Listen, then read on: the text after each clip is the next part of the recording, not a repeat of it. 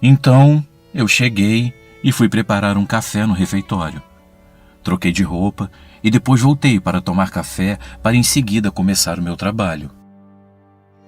Enquanto eu ia buscar as ferramentas no depósito, a chuva despencou com bastante força. Eu fiquei um tempo parado, aguardando que a chuva parasse, o que demorou bastante para acontecer. Quando ela diminuiu, eu fui andando para o local da reforma e comecei a trabalhar, de cabeça baixa, sentindo uma opressão fora do normal. Às vezes, eu sentia como se estivesse carregando alguém nas minhas costas. Era como se um anjo triste estivesse me abraçando e sugando as minhas forças. Esse dia era um desses. Sem que eu pudesse controlar, as lágrimas começaram a rolar do meu rosto. Eu pus as ferramentas de lado e me sentei, abraçando os joelhos enquanto eu chorava compulsivamente. Eu fiquei ali, quieto, aguardando que aquela estranha sensação passasse e rezando para que ninguém chegasse ali onde eu estava. Se alguém me visse e perguntasse o que estava acontecendo, eu simplesmente não ia saber o que dizer. Eu não sabia e nem estava entendendo a razão de tanta tristeza e opressão. A única coisa que eu entendia era que ela era bem mais forte do que eu e que não adiantaria nada eu tentar combatê-la. Então, eu a deixei me dominar por completo, até que aos poucos o choro foi passando. Meu coração foi ficando mais leve e a opressão foi ficando um pouco mais suportável, mas não foi embora por completo. Então, eu me levantei e pensei comigo mesmo, eu devo estar com a cara horrível. Aí eu fui andando em direção ao banheiro com a intenção de jogar uma água no rosto, tomar um pouco de ar para me recuperar, quando eu ouvi a voz do meu pai me chamando. Eu me virei e quando olhei, ele olhou para mim e me perguntou, "O que houve com você? Por que essa cara?" Eu apenas respondi que não sabia. Eu disse que o dia havia apenas começado, mas eu tinha a sensação de estar acordado há vários dias. Eu me sentia cansado e com um mal-estar muito grande. Eu disse a ele que estava pensando em ir até o meu chefe e pedir para ir para casa para tentar me recuperar melhor. Então, um dos meus colegas passou por mim e, me olhando com um olhar bastante confuso, me perguntou, "Está tudo bem, Guto?" Eu respondi que apenas estava me sentindo indisposto e que achava que estava começando a ficar doente, mas que não era nada demais.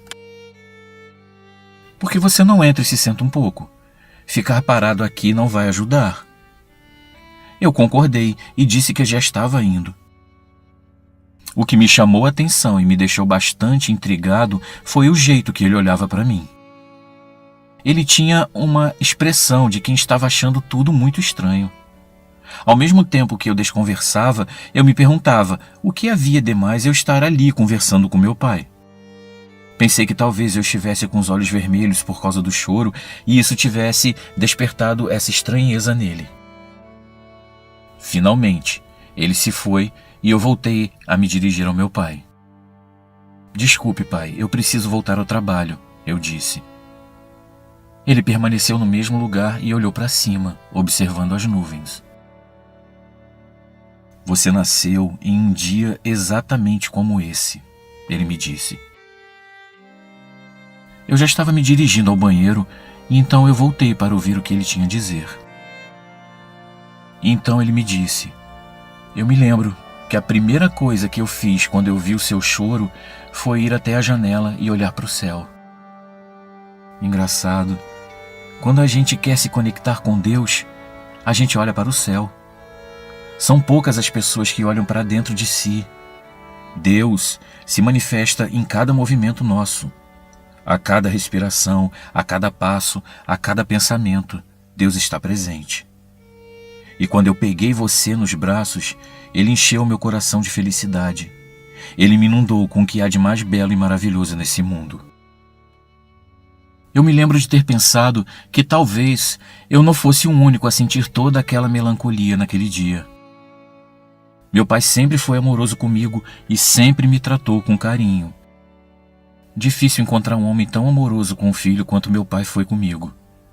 Ele sempre fazia questão de me dizer o quanto eu era amado e o quanto ele era feliz por ter um filho como eu. Muito obrigado, pai. Eu te daria um abraço se eu não tivesse todo sujo de cimento e poeira, eu disse. Em seguida, perguntei o que ele estava fazendo ali e se havia acontecido alguma coisa em casa. Notei que a expressão dele estava bem feliz. Ele me respondeu que estava tudo bem. Ele disse que apenas tinha saído para caminhar e, como estava passando em frente ao cemitério, ele foi até lá para falar comigo. Durante a nossa conversa, mais um colega passou por nós e perguntou se estava tudo bem. Mais uma vez, a mesma cara de espanto ao me ver e aquele mesmo ar de estranheza. Minha cara deve estar mesmo horrível, eu pensei. E ao olhar para a entrada do cemitério, eu notei o meu chefe e mais 2 coveiros me encarando como se eu fosse de outro planeta. Eu acenei com a mão para eles como se sinalizasse que eu já estava indo. Eu tinha muito trabalho pela frente e não queria ser chamado a atenção. Eu disse ao meu pai então que eu precisava ir. Ele olhou para mim e me disse: "Eu te amo, meu filho." Eu recebi aquelas palavras como um bálsamo para minha alma. Um ato de amor em um dia tão estranho. Eu também te amo, meu pai. Hoje à noite eu passo na sua casa com uma roupa bem limpa para te dar aquele abraço. Ele então sorriu e foi embora. Finalmente, eu então consegui ir até o banheiro. Joguei uma água no rosto e me sequei com uma toalha. Essa pausa foi boa para eu conseguir respirar e me recompor. Eu dei uma boa olhada no meu rosto no espelho e percebi algo que me deixou bem intrigado. Alguns fios dos meus cabelos estavam totalmente brancos. Na verdade, era uma mecha bem na frente do lado esquerdo que ficou totalmente branca, como se eu houvesse pintado. Eu, tentando entender, recapitulei todos os meus passos naquela manhã procurando explicação e constatei que não havia mexido com tinta ou massa corrida ou alguma coisa que pudesse ter caído sobre a minha cabeça. E mesmo assim, ao passar as mãos sobre os fios, eu percebi que não era tinta ou algo do tipo. A textura dos meus cabelos estava normal. Aquilo havia surgido de dentro para fora, ou seja, foi o meu corpo quem produziu aquele fenômeno. Minha cabeça ainda dava voltas, tentando entender os caminhos estranhos que aquela manhã havia tomado, quando eu ouvi 3 pequenas batidas na porta do banheiro. Eu abri e era o meu chefe. Eu achei que ele fosse me chamar a atenção por eu ter largado os meus afazeres para atender o meu pai, já que a obra tinha uma certa urgência. Segundo o que ele mesmo havia dito, eu tinha apenas 3 dias antes do comprador aparecer e era preciso deixar tudo pronto pelo menos um dia antes, ou seja, o prazo estava muito apertado. Mas não. Ele se virou para mim e disse: "Gutenberg, a sua mãe ligou e pediu que você fosse agora mesmo até a casa dela." Hoje em dia, a comunicação entre as pessoas é instantânea. Nos anos 70, a gente precisava andar por quilômetros atrás de um telefone público. Só as famílias ricas tinham telefone em casa e o fato da minha mãe ter telefonado para cá era um claro sinal de que alguma coisa grave tinha acontecido. "O senhor sabe se aconteceu alguma coisa? Está tudo bem com ela?" Eu o segurei pelos braços, já nervoso. Ele me respondeu que não sabia, apenas estava me passando o recado. Ele ainda me disse que esquecesse a reforma do mausoléu. Ele colocaria outra pessoa no meu lugar. Quando ele completou dizendo que se eu precisasse de alguma coisa era só procurar por ele, aí eu me desesperei. Eu tinha certeza que tinha acontecido alguma coisa bem grave. Primeiro, aquela estranha visita do meu pai e agora esse telefonema tão incomum. Aí eu comecei a correr em direção da casa dela sem nem pensar em trocar de roupa ou me limpar. Assim que eu cruzei o portão em direção à rua, a chuva despencou de uma forma que mais parecia que o mundo estava se acabando. E eu corri como se eu houvesse me dado conta disso. Eu só conseguia pensar no porquê do meu pai não ter me dito nada. Seja lá o que tenha acontecido, ele sabia e não teve coragem de me contar. Isso explicava o jeito estranho dele e a forma como ele me olhava, como se estivesse se compadecendo, sentindo pena de mim. Quase cheguei a sentir raiva de toda essa proteção. Eu odiava quando eles tentavam me proteger quando eu era criança, me isolando de tudo, não me deixando participar do mundo, ver as coisas, sentir as coisas como qualquer criança da minha idade. Eles me colocaram em uma redoma de proteção e isso com certeza atrapalhou a minha confiança e as minhas tomadas de decisão.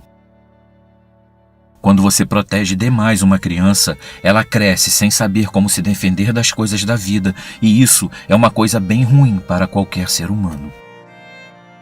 Quando eu dobrei a esquina em meio àquela chuva que já havia se transformado em uma verdadeira tempestade, eu dei de cara com meu pai novamente, parado bem no meio da calçada.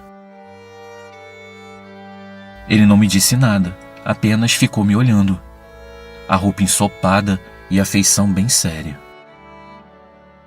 Pai, aconteceu alguma coisa com a mamãe?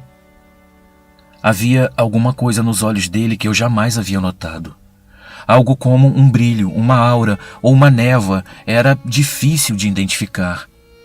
Ele ainda em silêncio e eu cada vez mais desesperado. Por que o senhor não me contou o que aconteceu? Nós dois parados ali, em meio à cidade que se movimentava, mesmo com todo aquele aguaceiro. E ele ainda em silêncio. Merda, pai, fala comigo! Então ele falou. E eu percebi que os lábios dele não se moveram. Ele me disse: você ainda não entendeu? Então, todos os sinais e sensações daquela manhã tão estranha começaram a fazer sentido. O vento gelado na minha espinha, os calafrios, a pressão na nuca e uma queimação no estômago que parecia querer incendiar o meu corpo todo. Então, eu caí de joelhos, quase sufocando com aquelas lágrimas e aquela tristeza que não estavam ali para brincar comigo. Enquanto a imagem dele se desfazia na minha frente, eu levantei as mãos para o céu e soltei um urro tão grande que teria acordado a cidade inteira, caso a cidade precisasse ser despertada. Então, eu fui andando até a minha casa tentando controlar a dor que aumentava a cada passo. Agora eu não precisava mais correr, eu já sabia o que havia acontecido. Quando eu cheguei, minha mãe abriu a porta e veio me encontrar no meio do quintal e ali nos abraçamos, compartilhando uma dor que carregaríamos com a gente pelo resto das nossas vidas. O amor da vida dela, o homem gentil e amoroso, o pai maravilhoso que toda criança deveria ter, havia nos deixado. Aquele vazio, aquele buraco que se abria em nosso peito, jamais se fecharia novamente. Eu nunca mais veria o meu pai. Ela nunca mais veria o marido que tanto amava e nós nos unimos ainda mais ali naquele abraço. O corpo dele ainda estava na cama. Segundo o que minha mãe me contou, ele se deitou para dormir normalmente. As últimas palavras dele foram: me lembre de levar a encomenda do Isaac logo de manhã. Minha cabeça não anda boa esses dias. E ela disse que sim. Então, ele lhe desejou boa noite e se enrolou na coberta. Quando eu entrei no quarto, ele ainda estava lá enrolado na mesma coberta. A expressão serena e tranquila fazia parecer que ele ainda estava dormindo. Eu passei algum tempo olhando para o rosto dele até reconhecer que o meu pai não estava mais ali. Aquilo era somente um corpo, era somente matéria, mas mesmo assim eu me debrucei sobre ele e lhe dei aquele abraço que eu havia prometido mais cedo. Desculpe não ter trocado de roupa, eu disse. Meu pai foi sepultado no dia seguinte. A coisa que eu mais desejei foi vê-lo novamente caminhando por ali, mas ele nunca mais apareceu. Quando o sepultamento terminou, eu esperei que todos fossem embora e voltei lá no túmulo dele. Amigos, as coisas que eu disse a ele, eu peço desculpas por não dividir com vocês. Mesmo após tanto tempo, esses sentimentos são pessoais demais e eu gostaria de guardá-los comigo.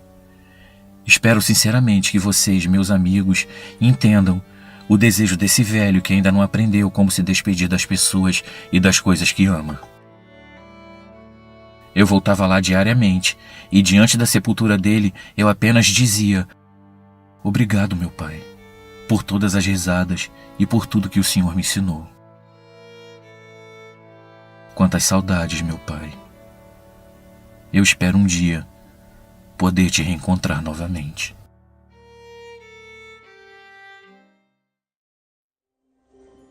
Exatamente 1 ano depois de perder o meu pai, para fechar aquele ciclo de tristeza e luto, eu recebi um presente que deu um novo sentido à minha vida. Na verdade, foi um presente dobrado. Eu fui pai de gêmeas, 2 lindas meninas que receberam o nome de Sabrina e Bianca. Os mais antigos vão reconhecer os nomes. Minha esposa era fascinada pelas revistas que levavam esse nome e eram moda na época. Pequenas histórias em formato de romance, feitas sob medida para arrancar suspiro das mulheres que sonhavam em encontrar um príncipe encantado. Eu devo confessar que já li algumas. Não muitas. Minha leitura recreativa era mais ligada às revistas de faroeste ou aventura. Por conta disso, não ficaria nada bem eu chamar as meninas de Tex ou Zorro. Como já deu para perceber, a vida seguiu seu rumo. E não podia deixar de ser diferente. Eu me casei finalmente depois de 2 anos de noivado. Eu e a minha esposa nos mudamos para uma casa próxima ao pequeno centro da cidade, onde haviam muitos comércios e bastante movimentação de pessoas e circulação de carros. Essa era a parte mais antiga da cidade. No início do século, era ali que as famílias se instalaram e só depois de algum tempo foram avançando para o interior, onde construíram suas fazendas e os seus engenhos.